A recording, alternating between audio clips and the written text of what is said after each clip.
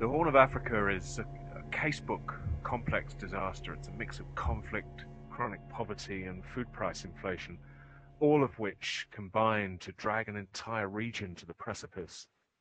But above all, it's drought, years of it, broken only by equally disastrous floods that's caused this emergency.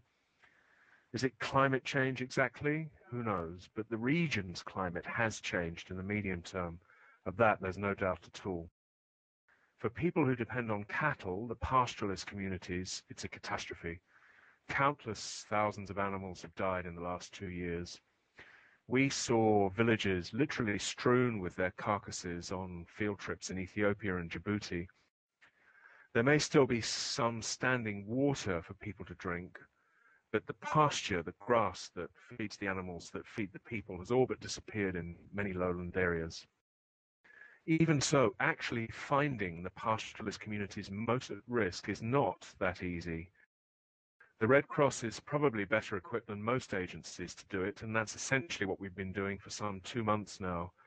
In the drought-stricken far south of Ethiopia, the local Red Cross and the Federation together surveyed numerous vulnerable communities.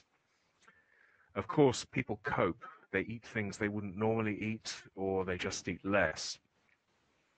They cultivate marginal land, often using borrowed seed if their crops fail, and that seed has to be paid back.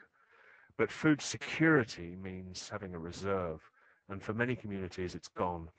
Even in the Ethiopian capital, Addis Ababa, people struggle to survive sky-high food price inflation for much of last year. It's a disaster with no one cause and no one solution.